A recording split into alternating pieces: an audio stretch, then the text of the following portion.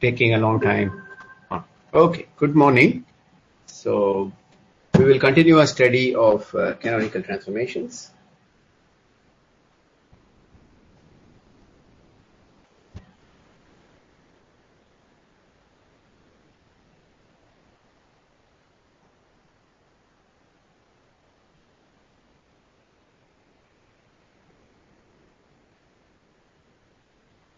Okay, so we had two definitions.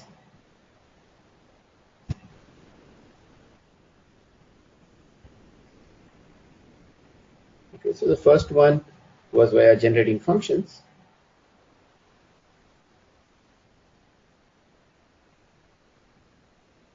And for simplicity, let's just think of F1, which was a function of Q and capital Q.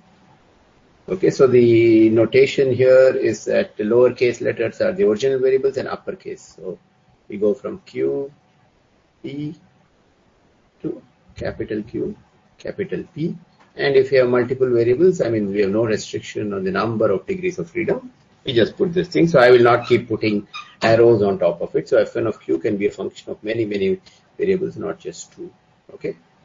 So then we had some equations which look like, I guess, P equal to dF1 by dQ and capital P. Was there a minus sign? Somewhere there's a minus sign, I believe. Okay. Precise details.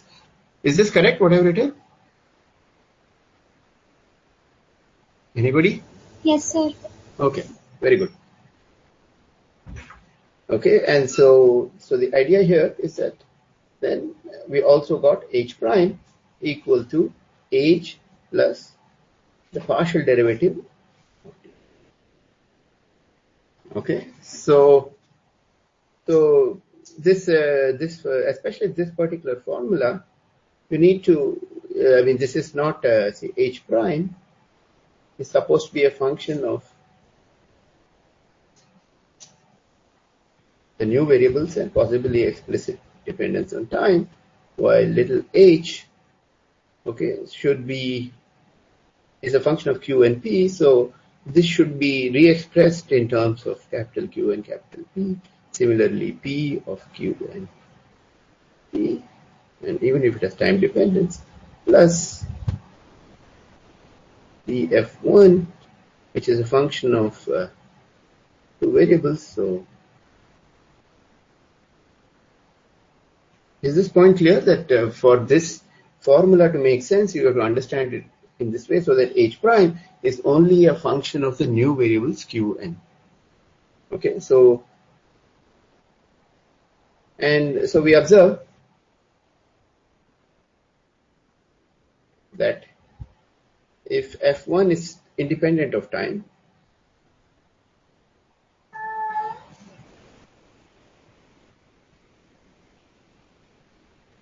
okay, then H prime of Q, P is nothing but H, but with the substitutions.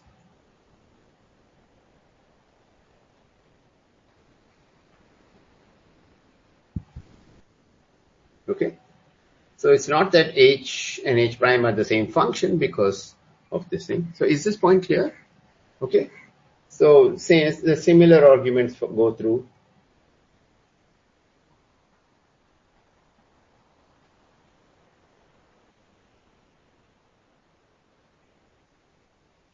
Similar arguments go through for for other generating functions, for F2, F3, and F4. Okay. The second method was to define this capital X, which is a column vector, which had Q1. Say we have n degrees of freedom. The first n entries are the positions, and the next entries.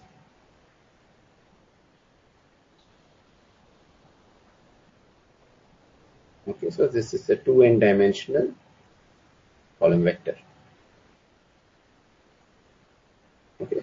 Similarly, let's form some new set of variables, y equal to Q1, Qn, P1, Pn.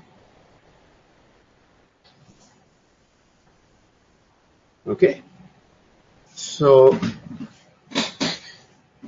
these are like so these are x and y are so x is a point in phase space.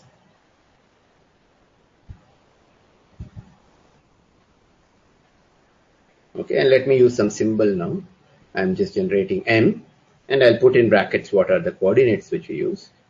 I'm not going to play q1, q2, but you see what I mean. It's of the new variables. And y is a point in the phase space with coordinates capital Q and capital. Okay, so here we defined a canonical transformation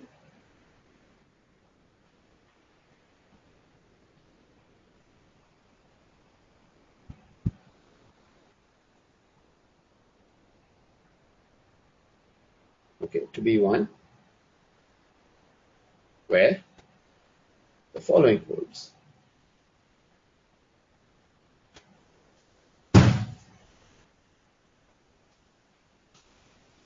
Okay, so here are some explanations needed. We think of Qi, capital Q's as functions of little q and little p. And so we're indicating that the Poisson bracket is carried with respect to the variables Q and P. Is this notation clear? Somebody answer? Yes, sir. Okay. Similarly,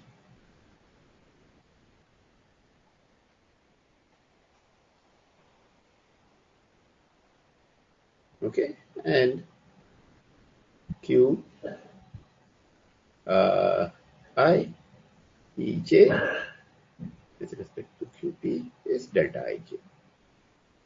Okay, so now the question here is, can we, can we package? So these are the conditions on the change of variables. So okay, so we are writing. So what we want to do is think of. So here I want to treat. So by writing x here, I'm treating position and momentum on par. Okay, in phase space we don't want to actually differentiate between them. So is there a cute way of writing all these things together? And the answer is yes. And so can we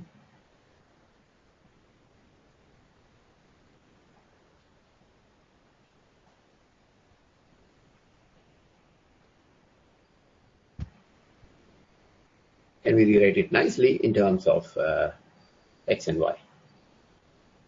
Okay, so we want to think y as a function of x.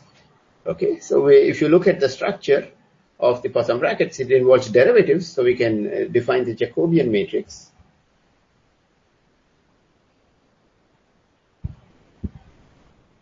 Okay, so to be the following, it will be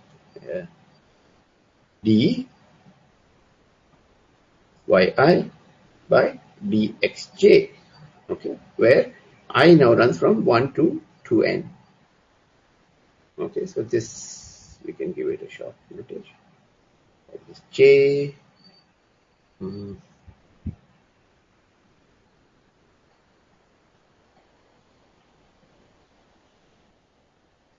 Now I'm just pausing because I wanted to say which one I wanted to be the row, which one I wanted to be the column. Okay, so that's why I was just thinking a bit. Just one, let me think a little bit more. Maybe I don't want this.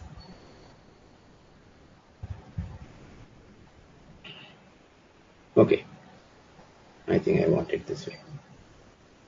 Okay, so then, and let's define a 2n by 2n matrix in terms of these blocks.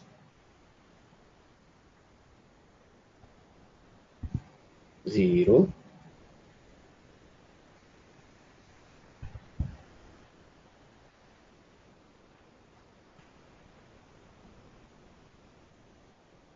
Okay, so exercise, which is already there in your problem set, is to show that, so you just call this, so j dot omega dot j transpose is equal to omega. let's call this equation star is the same as star. Okay, so is this point clear? It's just a claim, but it's very easy to check. Okay, so is this point clear? Okay, so same as star, that means canonical person brackets.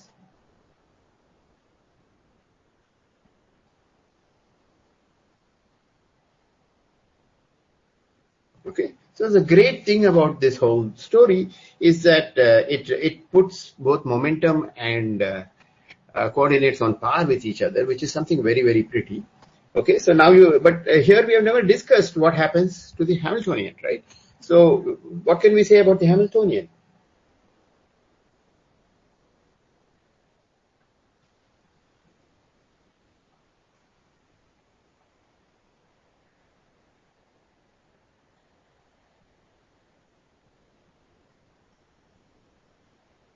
Would be a function of time. Okay. So what is it we should do? Any ideas?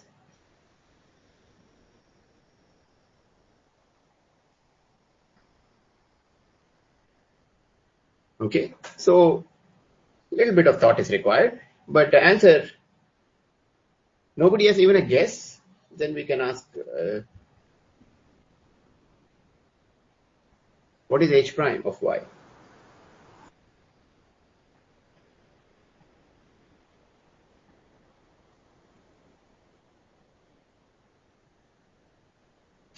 So it is still the same physical system. So the Hamiltonian should retain the form, right? Yeah. It won't retain the form, but it's like what we wrote, h prime equal to h.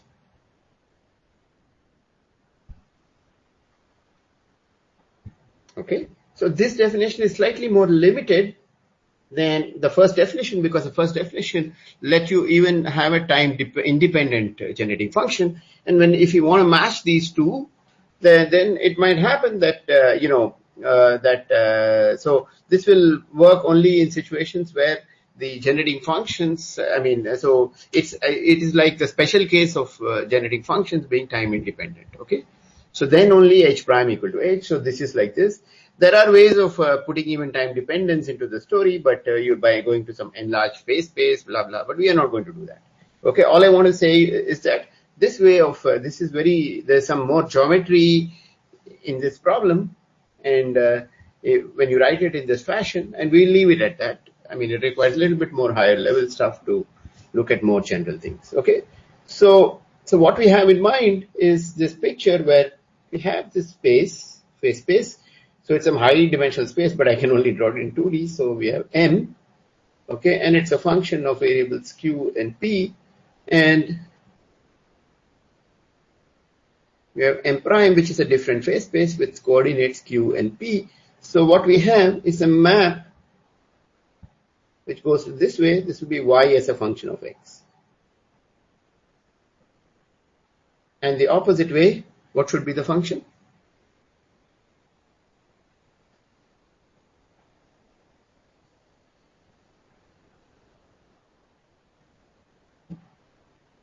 Any idea? What should you call it? X of y. X is a function of y. Okay, the inverse function of this. That's all. Okay, so this is a picture that we have of canonical transformations. Okay, and just one more nomenclature. I'm not very good at all these things, as I told you guys. I'm not good with names. Okay, nomenclature is that contact transformations, something called contact transformations.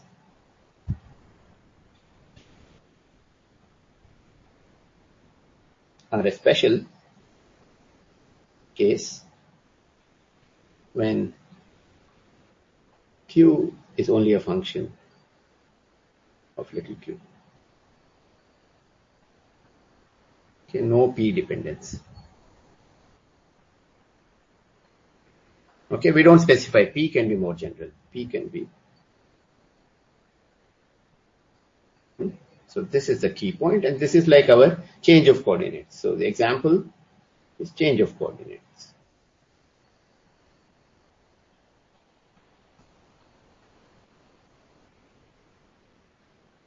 right? So for instance, we wrote x equal to say r sine theta cos phi, y equal to r sine theta sine phi, z equal to r cos theta, right? So this is like giving only the first line, not giving the second line, so that you can ask what are the conditions on P such that it remains canonical, blah, blah, blah. But what I want to say is that contact transformations are a subclass of canonical transformations. Okay, so this is the general picture. So this is more or less a recap of what was done last lecture. So now I want to pause for questions, comments, anything.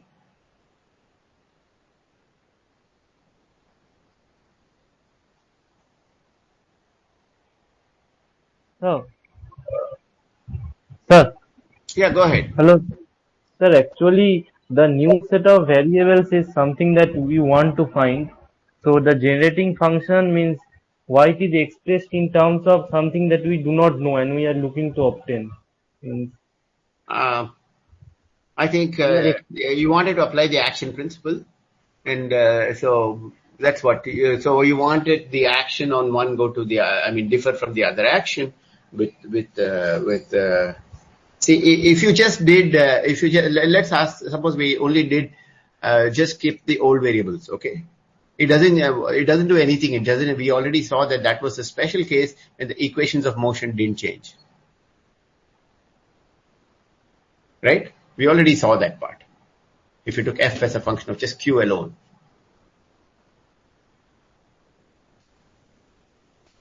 Right? We saw that if two Lagrangians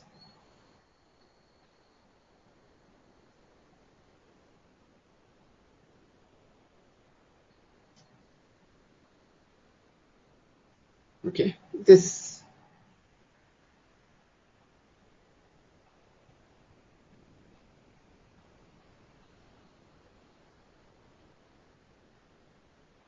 right, we saw this. Something like this doesn't change equations of motion. So this is boring, okay? Just a function of one q. So you need, the simplest you can think of is to make it, so you need something which will take you, interpolate from the new and the old variables, so the generating function has to be of that form. Okay. See, at the end, I mean, the key point here is that you should ask if Hamilton's equations in one form goes to Hamilton's equations in the other form. Right? That's what we want. And this accomplishes that. You can try anything else. I don't know. I mean, but I mean, for instance, you never. I mean, this is not what you want, right? Sorry, it's not partial derivative, but regular derivative. This, I think, doesn't make sense, right? This is not something. This is going to give you higher derivatives and things like that. It can give you. Is that correct? So this is not what you want. So this is only motivation, but I mean, at the end of the day, what we want is to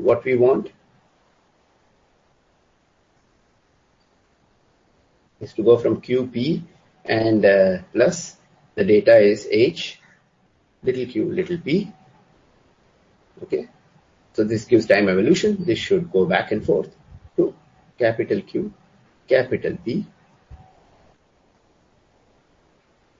And last lecture, Professor Sunitra also showed you guys how to write an action principle, which will give you Hamilton's equations, right? So this is what you want.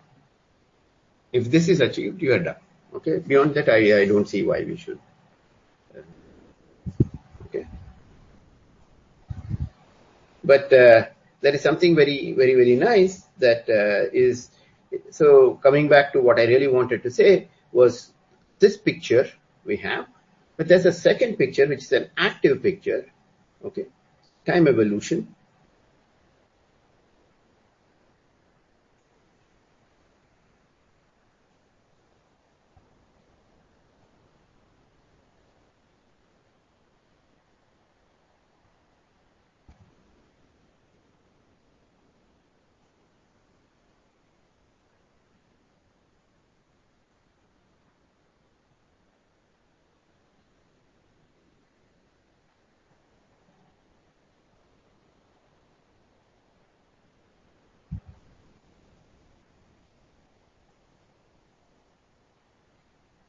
Okay. This is an active transformation. Active. So here we went earlier in the sense that we have only one M. And so you start at, say, you pick a point, and at time 0, it will evolve and go to some other time t. Okay, so what we want to say is that we have variables, q. So let me write capital Q of t. I'll just call this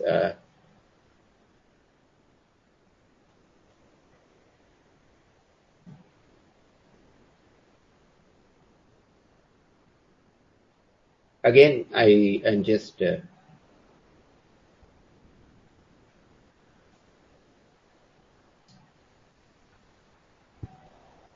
okay. So we have a system which is evolving. It goes from Q at 0 and P the point QP at t. Okay, so t, is this clear what I'm saying? So claim here is Qt as a function of Q and P, and Pt as a function of again Q and P is a canonical transformation. We'll prove this.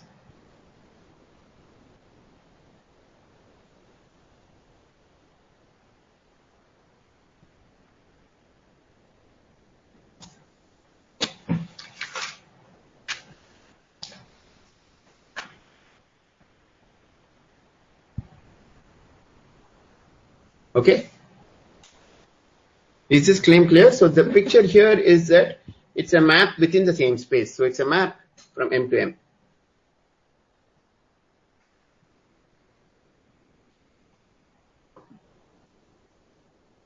Is this claim clear?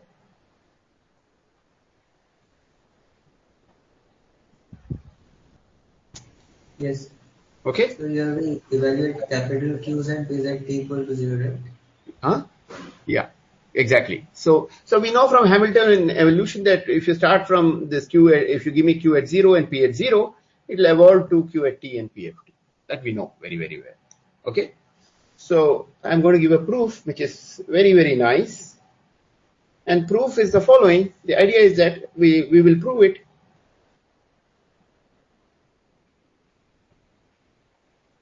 for infinitesimal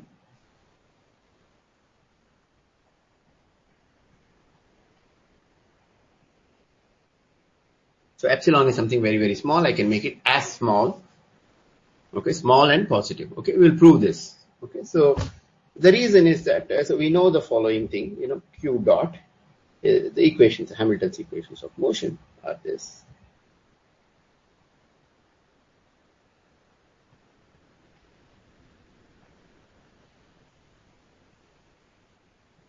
I'm doing it for 1 degree of freedom, but you will see pretty fast that it doesn't matter. And P dot. Okay, so we can integrate this once, and what do we get? We get Q at epsilon, okay, is equal to Q at 0 plus epsilon dH by dt.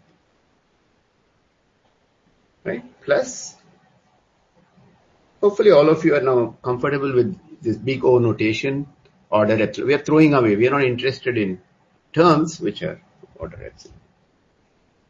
Okay, so P of epsilon should be P at 0 minus epsilon dH by dq plus order epsilon square. Is this point clear? And this is of course evaluated at 0.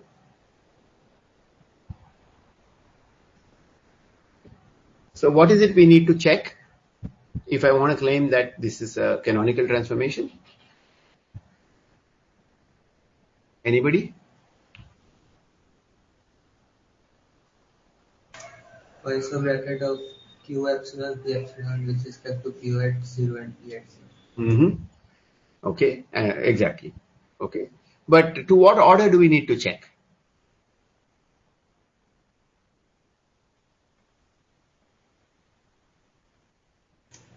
Epsilon? Yeah. So you don't worry about terms, will become epsilon epsilon. So let's do one. Q of epsilon, okay, Poisson bracket with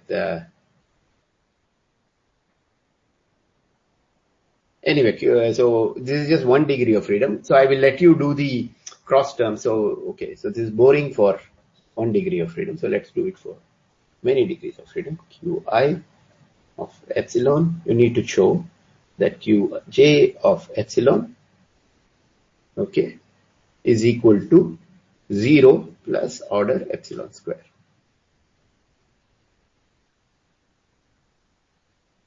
Correct? Okay, so I suggest you just go ahead and do that. Okay, but I will do only one of the calculations. I will do QP. Okay, so check this. Because I want to do something else. I want to do Qi of epsilon, Pj of epsilon. Okay, so we have to plug it in there. And what I'm going to do is Q of 0 is Q and this is P. So I just write it as Q plus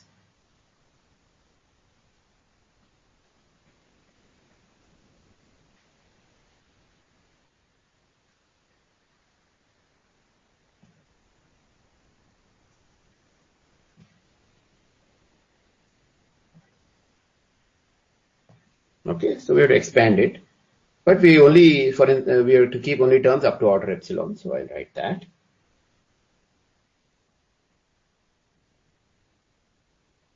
Then order epsilon terms, there are 2 of them.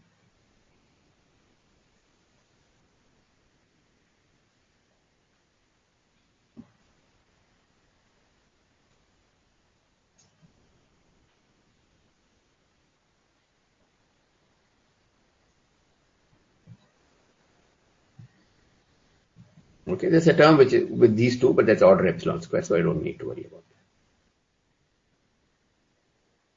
So what is Qi Pj? That is delta Ij.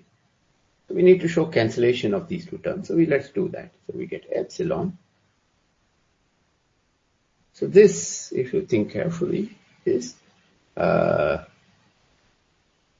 d square h by d Qj d pi. Okay, now let's look at this term. This is equal to minus this minus sign here, t square h by dpj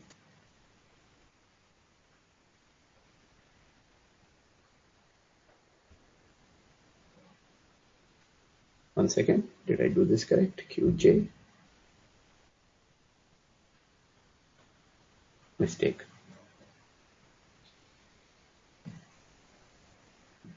That is this guy times the first guy, which was Qj.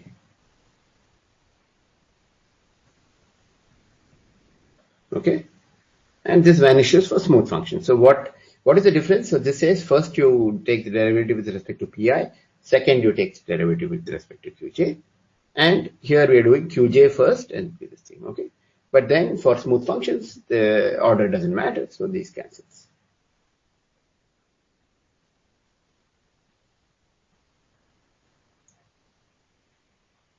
Smooth means differentiable. Okay, so here up to, so you can go up to 2 derivatives.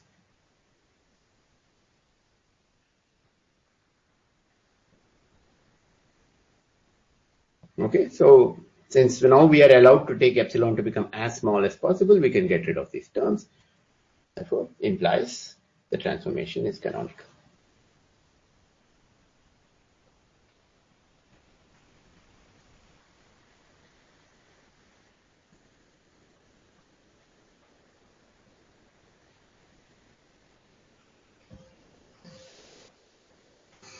Okay.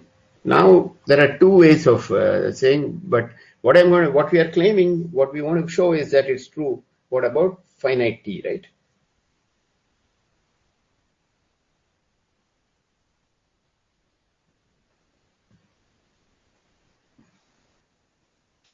Okay. So the answer, first one is like a cheap answer, but it's actually correct, which says that since we can stitch together small infinitesimal transformations,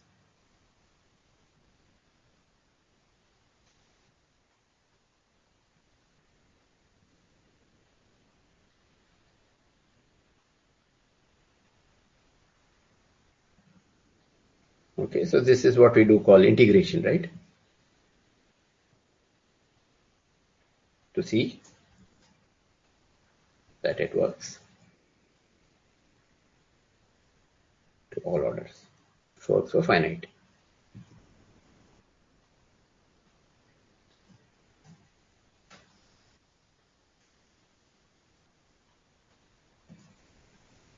So what it says is, suppose you want to go from 0 to t, you go like epsilon 1, epsilon 2, so on and so forth, epsilon some large number, okay, and you put them all together, and then you can join them, and you get the full trajectory. Is this answer clear? Okay. So it's important that the order epsilon term vanished. It's very, very important. If it didn't vanish, that won't be true. Is this clear? Okay. Answer 2 is, this is for those who are technically or mathematically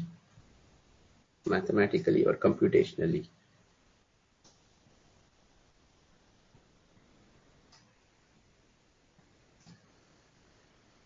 okay, show that the canonical brackets hold up to order epsilon square. You can show that. It's a big mess. Okay, why is it a big mess? So we have to start first and start expanding. So we started out with Taylor series here, so we need to write out what the epsilon square term is. So I suggest you write them out, and then you put them all together and again do it, and now you truncate to order epsilon square, and again you will see some miraculous cancellations like we saw here. Okay? But so exercise for the brave.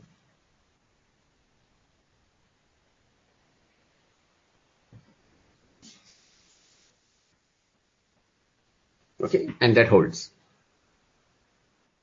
A1 is very, very cute, but there are people like me who always I don't trust cute arguments all the time. On the slide, we will check these, we'll do A2 kind of calculation. Is it true for order epsilon square? Okay, so actually, so the point here is this is actually true to all orders. That's what we are claiming. Actually, that's the crux of the claim.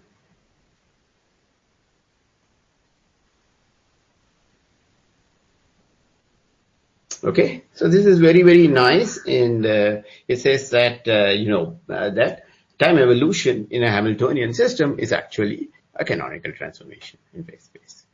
This is very, very, very, very pretty. And this sort of in quantum mechanics, the analogous thing is that you will discover is that time evolution there is a unitary transformation of the same. So the analog of you can't work with phase space, so you work with some Hilbert space. So what it does is it's some unitary transformation of the Hilbert space, but it's a different matter. You can ask, can I, given a canonical transformation classically, can I write unitary transformation? That's not always something which we can do, I think. Okay, so because there are additional constraints in quantum mechanics. Okay, so I'll pause again for questions.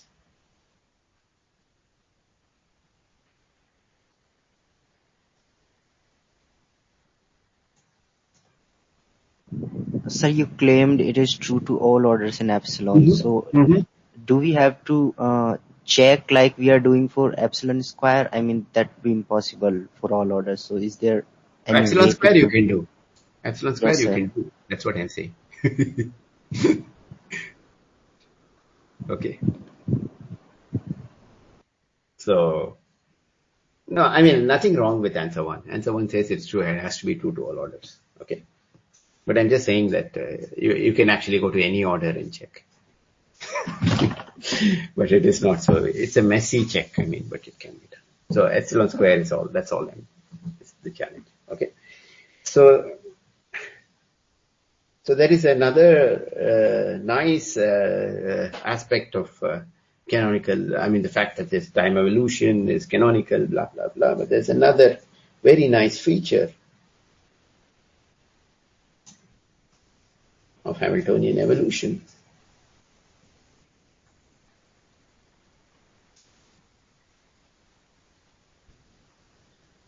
It goes by the name of Liouville's theorem, but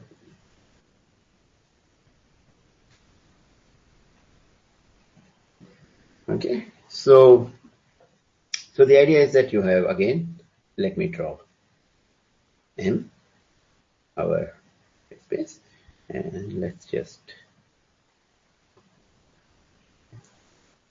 okay, and suppose we have a box and we have a bunch of initial conditions. Let's say I chose it. Every point here is out here, and let's say that there are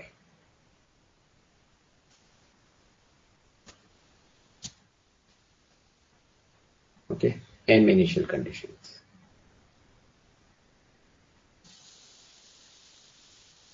So let's say K.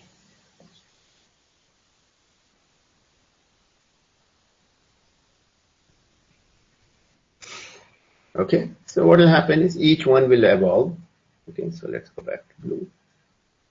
So you pick one, it'll evolve, go somewhere. Second fellow will go somewhere, this thing. And then all of them, let's say again, there will be some shape, and shape may not be preserved, okay, but they'll all go. This goes here, and you get a whole bunch of it. Again, you get m points after time t. You wait for some time t. Okay, is this clear what we are doing? What does Liouville's theorem say? Okay.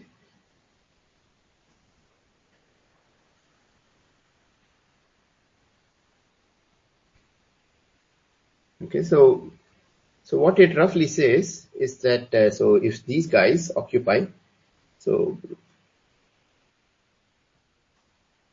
it says that phase space volume is conserved.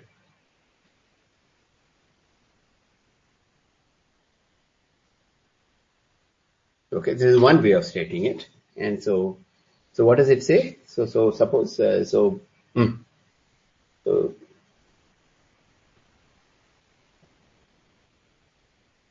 let's go back to our x being, x1 to x2n.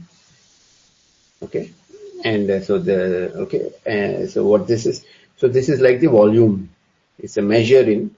So this is the volume. If you integrate over some volume, this is volume in phase space. Is this clear? So what I have in mind is this is just d q1 blah blah blah. There could be Jacobians, etc. Okay, so no Jacobians needed.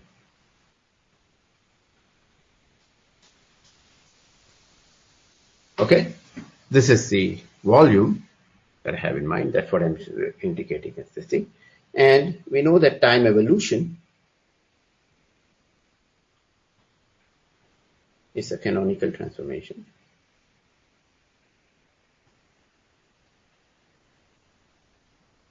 Okay, so let's say that y is the, so here I have only 1 point. I'll come back to this in a moment. So I'm giving you one statement, and I'll come back and discuss the statement with many more particles. So first let's do this. Okay, so it says a time evolution. So after some time, if you are, so this you can do this. So this v will, so you can think of this as v, and it goes to some v prime. Okay. So what I'm saying here is that if you pick any point and pick a small volume around that, it will. So let's call the after time t, let y be the point after time t, finite time.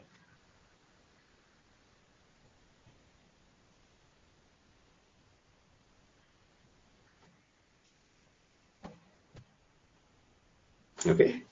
So suppose you were just doing. So what we have is y as a function of x, and so what do you know? So how are these two related? Remove the integrals for a moment. I don't need this. Question to you is, how is dn y and dn d? Sorry, I should have been. This is wrong. It's 2n, right? I think people are not following me, looking like a disastrous lecture. So from calculus, what should be, and we have y as a function of x, what will we get here? Jacobian, they should be connected to Determinant of Jacobian. the Jacobian matrix, right? So it will be determinant of, I'll write something and then you will see what I mean, right? dx above and dy below.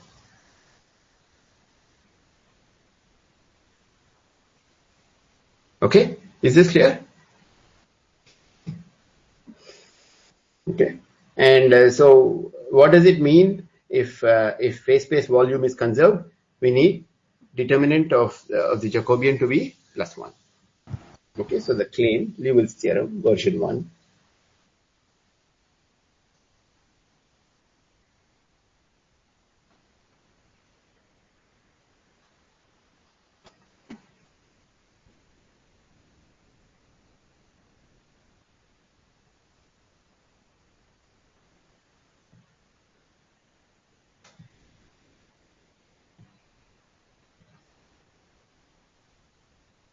Okay, again, this is an exercise for you to prove. Okay, I think we have some combination, something which we can. Okay, this is what it says. Okay, is this clear?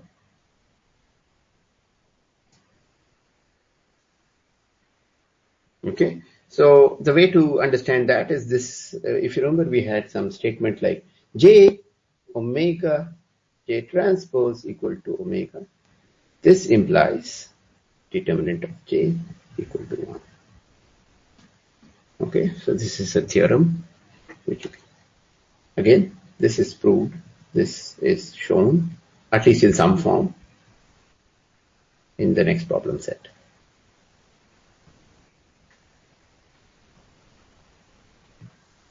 Okay, so is this clear that this is one way of saying it? But actually, one can show something even stronger. And okay, let me not discuss that for the moment. We'll get back to that later. So Liouville's theorem. This is the more common one, version 2. Okay, so what we're going to do here is that so instead of taking discrete points, we'll think of some density. Okay, so just replace replace initial conditions, some finite, okay, k initial conditions by some density, you know.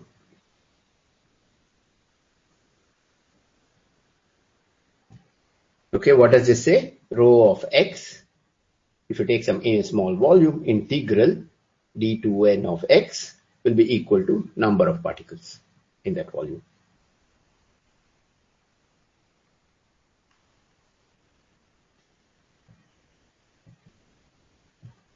Is this clear?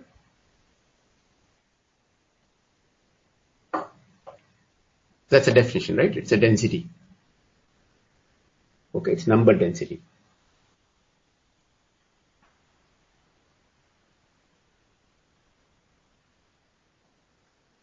Okay, you change v, it will become this thing. So, but now, first thing is, what do we know? We know that under, so you fix v. So what we're going to do is fix v. Okay, and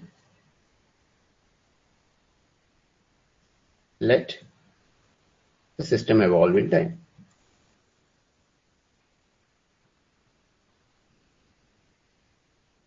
Okay, what will happen? What are the things which can happen? Some trajectories will leave, right?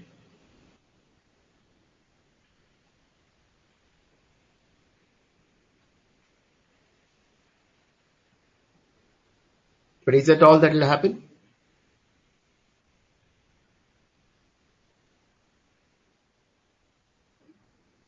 So will it become empty? The volume become empty?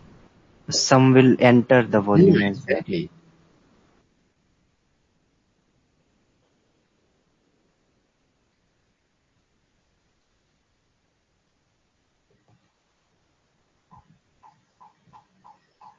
Okay, so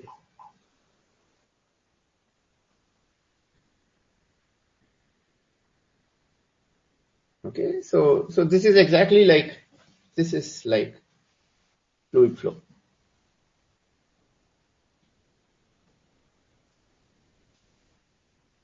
Okay, so and we know that okay, and total number of particles don't change, right?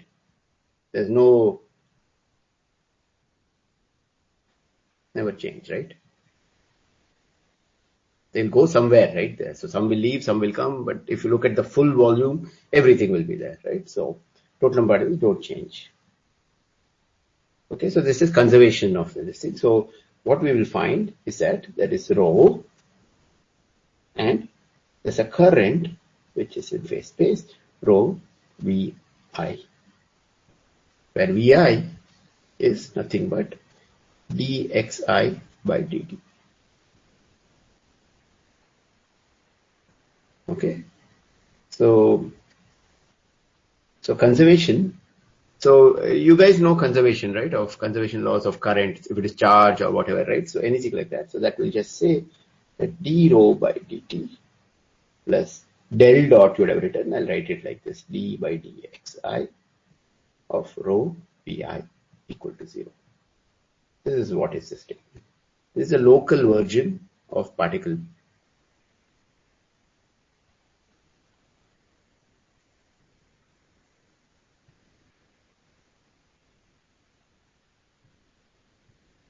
Okay, what is rho? Rho knows how many are there in your volume. Rho Vi knows, so it's like this, right? So you go to, let's draw a cube. So you have stuff leaving, right? So this is your volume V. So this, how much is leaving, is determined by this quantity measured at this surface. So integrate over everything. I mean, Vi can have both signs. So this is, remember, I runs from 1 to 2n. Okay. So example, I mean, just let me give you charge conservation, for instance. So if rho is charge and J is the current, charge current, you know this, hopefully you know equation of continuity, right? It's called equation of continuity. You know this, right? But this is in 3 dimensions, this term. You guys know this? Yes, sir. Okay. So this is just the 2n dimensional del. And you also know if this charge is in motion, it depends on the rho, charge times velocity, or rho times V is the current. So this is actually similar. For mass also you can do these things. Okay, so this is what is the same story as conservation of this thing. So let's look at this. Let's expand this equation and see what that means. We get d rho by dt plus, okay, Vi times d rho by dxi, okay, plus rho times, I'll write it as del dot V, but you know what I mean. This is a 2n dimensional divergence. Don't get scared, it just means that the sum runs over.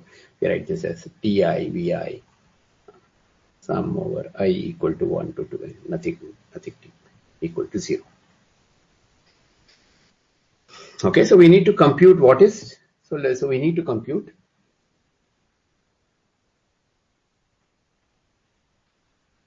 del dot V. Okay, so let's do that. So if you do that, so let's, so it's d by dxi times Vi. Okay, so we'll expand this. So the first n guys are the qi. So let's say that d by dqa qa dot plus d. So a runs now for me from 1 to n, but I runs from 1 to 2n. D by d va dot. Is this clear? I've just written the sum with 2n terms as sum with n and plus n terms. But what is qa dot for Hamiltonian evolution?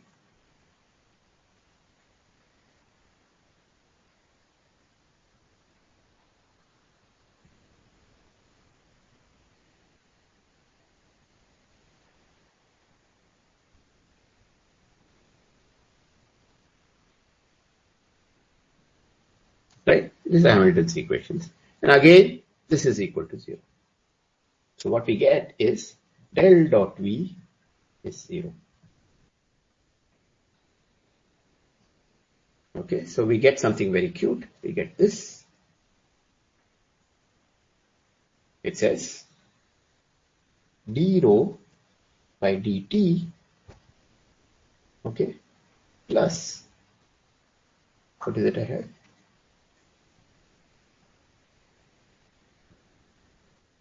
In fluid flow, so I can write this as V dot del. You've seen this in fluid mechanics. So this is usually incompressible fluid, it's called. If you don't know that also. So it behaves like an incompressible fluid, and you get something like this. But if you expand this out, so now I have to write out what these terms are. Again, what we will do is we'll break this up into two terms. So we'll get d rho by dt. So let's write the first n term. So V dot would be qa dot times d rho by d qa plus pa dot d rho by d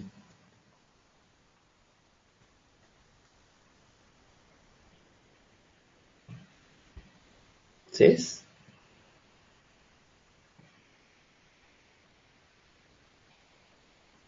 which is d rho by dt. This is the total derivative. So rho we are thinking now as a function of q, p, and t.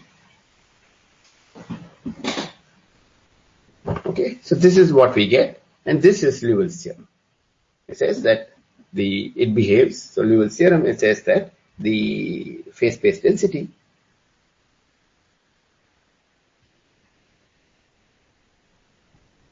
behaves like an incompressible fluid.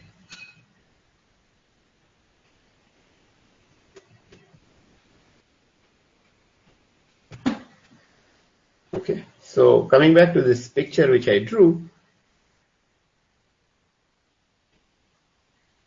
it says that if this volume, V prime and V will have the same volume. It might change shape, etc. in weird ways, but the volume will be the same. Okay, I think this is a good point for me to stop.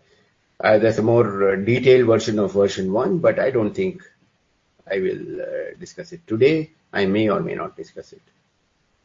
Okay, so this is a very, very beautiful theorem. Don't get scared by the word theorem, but this is a beautiful result that comes from Hamiltonian evolution and thinking of it as a canonical, time evolution as a canonical transformation. Okay, so I'll stop here and pause for questions.